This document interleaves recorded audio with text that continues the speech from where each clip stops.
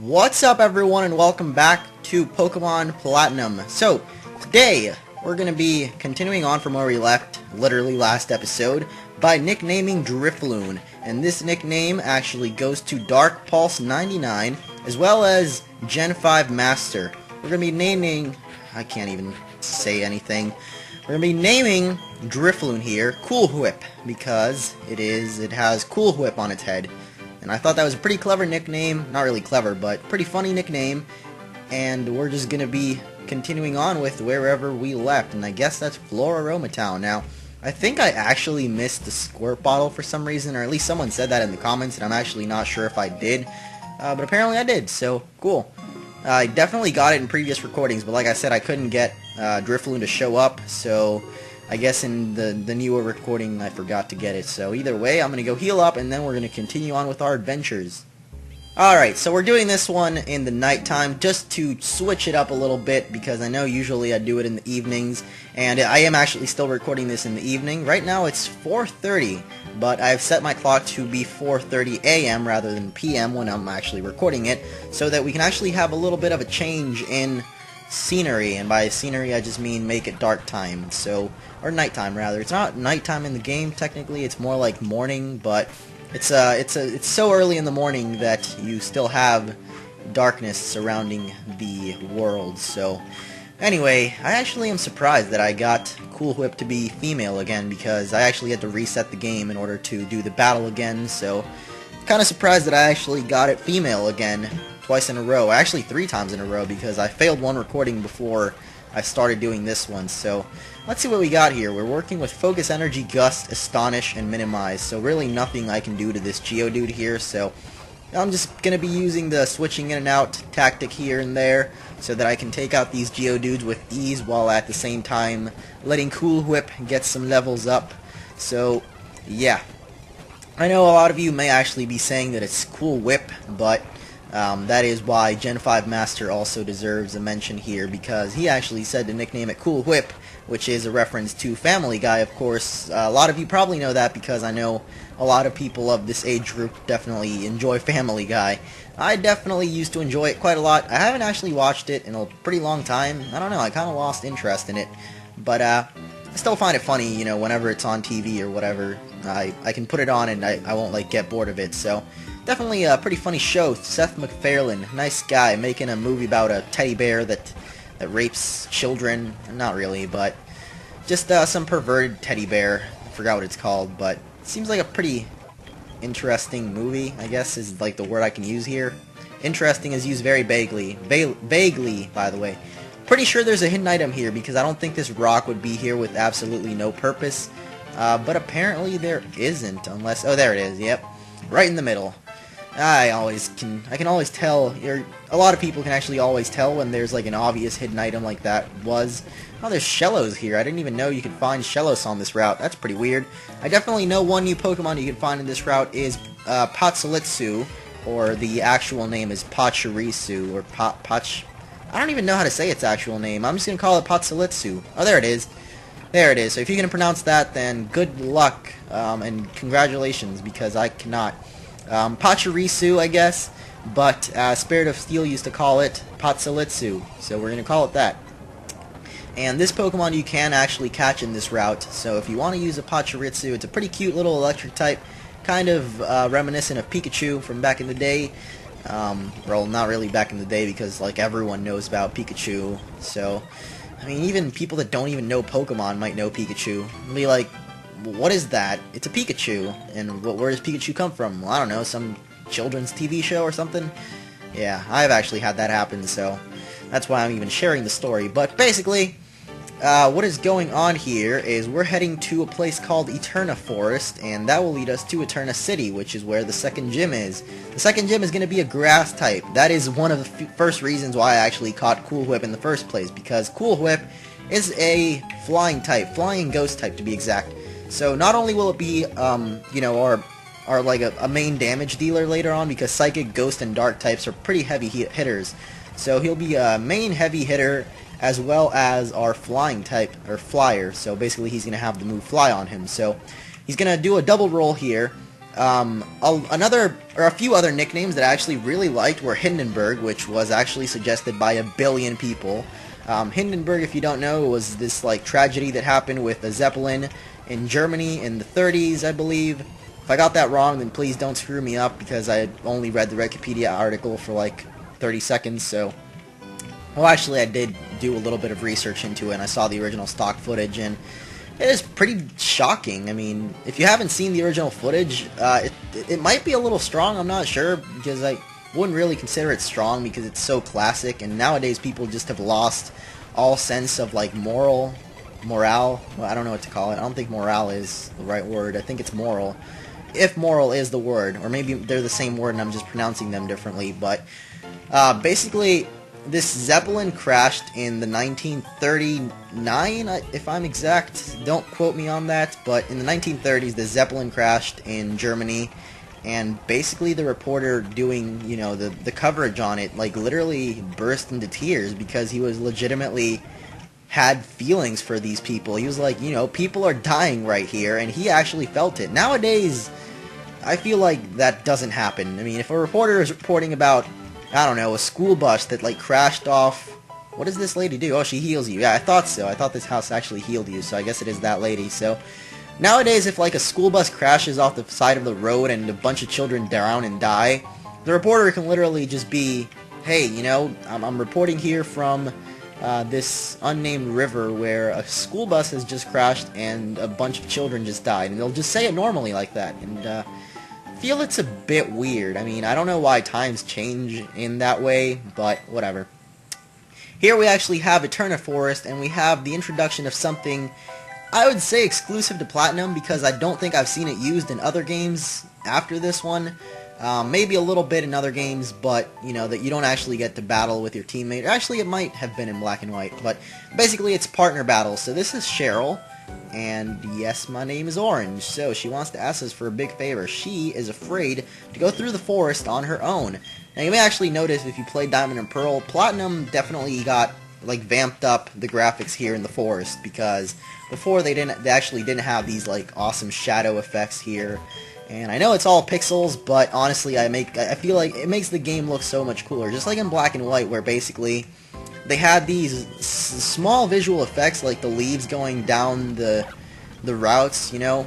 And basically, those small effects actually made quite a huge difference for me, because it's those little details that, you know, that tell you that the game was so heavily polished by the creators, and kind of makes me have hope for Black and White too, you know, because I feel like a lot of things are actually going to be very well polished in that game, and it's actually going to end up being pretty damn cool. So, I don't know, I'm looking forward to it, and I know a lot of people are too, because, I mean, the video, my first coverage for Black and White 2, the update video of the commercial that came out, or the trailer, actually got a ton of views. It got like 20,000, it's only been like 3 days, so that's definitely a pretty big benchmark for me. Not really a benchmark, but a pretty big, amount of views in comparison with my usual views. So, anyway, a couple of new Pokemon in this forest. First of all, you may have seen there Bunary, which I actually ran away from. It is a normal type bunny, which we actually saw in the intro of the game. It eventually becomes Lopunny, which I'm not sure if it's a fighting type as well, but it has some fighting moves. If not, I actually have to do a little bit of research on that, though I'm sure someone can actually comment it as well. So, I don't know, maybe I'll do a little bit of research after this, because one special thing that you probably haven't noticed, because I haven't shown it off at all, I don't think I've actually taken damage yet, but in between battles, Cheryl will actually heal your Pokemon, so you never have to worry about your Pokemon, you know, dying or losing a bunch of HP like my Drifloon just died there, or I keep forgetting the name. I'm probably just going to always forget the name, but Cool Whip just died there, you may have noticed. And as soon as this battle is over, Cool Whip is actually going to come back to life, because Cheryl will actually heal all your Pokemon in between every battle. So that's something pretty damn cool, other than the fact that she has a Chansey, and sometimes I believe the Chansey will heal you. I'm not sure on that one. I actually don't think it can, so it can only use Soft Boiled on itself. I'm not sure if I can actually use it on a teammate, but let me actually do the research Okay, research done. Lopunny is actually only normal type, so I guess my gut feeling was right. Also, you can find in this forest, in Platinum only, you can find Hoot Hoots, and in Diamond, I think you can find Misdreavus, and in Pearl you can find Murkrow. It might be the other way around. I totally just forgot. But you can find those two in each respective games only in the nighttime. And in Platinum you can also find exclusively Ghastly. So pretty much all the Pokemon that are in here, other than Wurmple, which we saw earlier, it's a bug type. And it's basically the bug type of the third generation, much like Caterpie and Weedle were for the first one. And what is the second generation one, actually? I don't even know. So I totally just forgot. I have Payback, so I could use that on this Abra and just one-hit KO it. That's awesome. Totally even forgot I had that, but basically it's like the main bug type of this generation, and even though it's one bug, it actually has a split evolution, so that is pretty cool in that, you know, you can have a Wurmple, and I have no idea what this is based off of, so I'm not even going to bother saying it, but basically it has a chance to evolve into either Cascoon or Silcoon. Silcoon will evolve eventually into Beautifly, and Cascoon will eventually evolve into Dustox. You can also find those two, Silcoon and Cascoon, in this forest, which with a lower catch rate, or sorry, a lower percentage of actually showing up, as well as finding the actual last evolution, which are Dustox and Beautifly, with a very, very low chance of finding them. It's like 2 or 1%, I'm not sure. But you can definitely, you know, if you look around for a long-ass time, you might be able to find them. So, yeah, that's basically all you can catch in this forest. There's Cascoon, actually, so that one will evolve into Dustox, and Silcoon, which kind of looks the same as Cascoon, just a lighter color, will actually evolve into Beautifly. Oh, there's Dustox. That's pretty cool. So Dustox, it's probably like Bug and Poison, and Beautifly is like Bug and Flying. I'm not even sure. I'm so bad with types in Pokemon, and I don't even know why I didn't bother to look that up. But I'm sure you guys can figure that out for yourselves, at least, you know, some things. You can't leave everything to me, you know.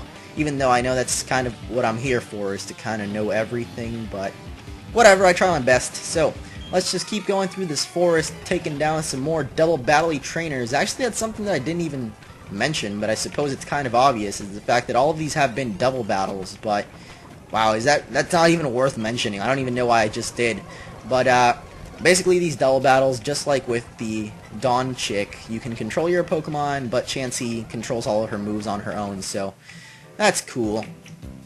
Now, a lot of these battles you could actually try to avoid and come back to the forest later on when you're alone, because at the end of the forest you will actually split paths with Cheryl once again. One downside to these double battles, like double wild battles, is actually you have to kill one of the two Pokemon, or rather faint one of the two Pokemon, before you can try to catch the other one. So I would say you either, you know, try to get, I don't know, just hope that Chansey doesn't kill the Pokemon you're trying to catch, or you just come back to this forest later on when you're doing single battles, and that way you can have a surefire way that, you know, you have a better chance of catching the Pokemon without Cheryl randomly killing it for you, or rather fainting it. So, I don't know, that's just my recommendation. I guess a lot of people, I guess doing double battles is not really that bad, because you have two Pokemon, so you kind of doubles the chances for one of the Pokemon that you want to appear, I guess, if that makes any sense. Now, I think I may have actually missed out on a battle or two, but I'm not sure, and we could just come back and do them at any time, so I'm just going to pretend like I actually didn't miss any battles. Here's an area that we can't reach until we get the next TM, which is Cut, and there we go. This is the exit of the forest. Hey, there it is. I'm so relieved we finally got here. Would have never been able to get through this by myself. So, as a token of her appreciation, she is going to give us a Soothe Bell. The Soothe Bell, you know what? I'm just going to look at this one because I honestly am not going to remember. But the Soothe Bell, I'm pretty sure, boosts the happiness of your Pokemon. So, actually, it was right there. Yep. It makes the holder more friendly. So, yes, it boosts the happiness of a Pokemon. I'm not really going to give it to anyone just yet because I don't think we need happiness for now. And I'm eventually, if I do get a normal type, I'm going to give it to him/her.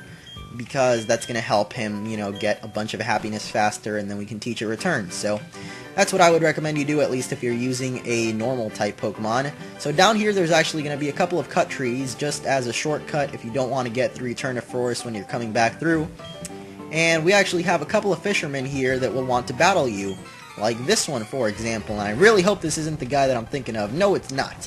So we're just going to take him out with a couple of Gusty Gusts to the face. Oh man, look at that. Actually takes more than 2, so astonish that, you stupid Goldeen. Alright, Up here, I think the same Pokemon, or there's not really any new Pokemon, so Weasel is kind of the only thing I can remember off the top of my head that you can catch here, so if you haven't gotten one yet, I guess this is like your last chance, because from the routes onward, I don't think you're going to find any more. Actually, there's Weasels all around, who am I kidding?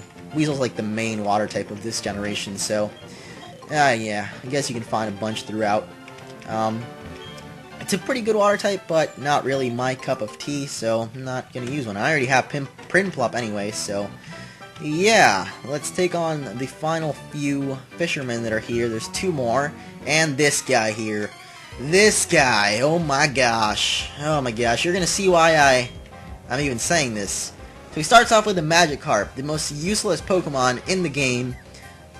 Don't quote me on that either, because I know some people can set up insane Magikarp sweeps, and I have first-hand experience with that, because ST was actually one of the people that did that once, so don't think Magikarp's useless, but basically, without any stat raises or anything, Magikarp is basically useless, especially when it only knows Splash.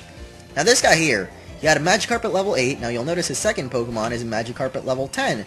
Let's find out what his third Pokemon is. Oh, look at that, another Magikarp, this time level 12. Yes, this is the famous trainer that appears in every game, or at least most games, that has a team of 6 Magikarps. I don't know why they even exist, but they are so annoying, and they don't do anything, because they just have a bunch of Magikarps. I'm not actually sure if they always have the same name either, but that one's name was Andrew. I'm going to have to check on that actually, so one more trainer before heading to Eterna City, and don't worry, this one should not have all 3 Magikarps, or at least I don't think he will.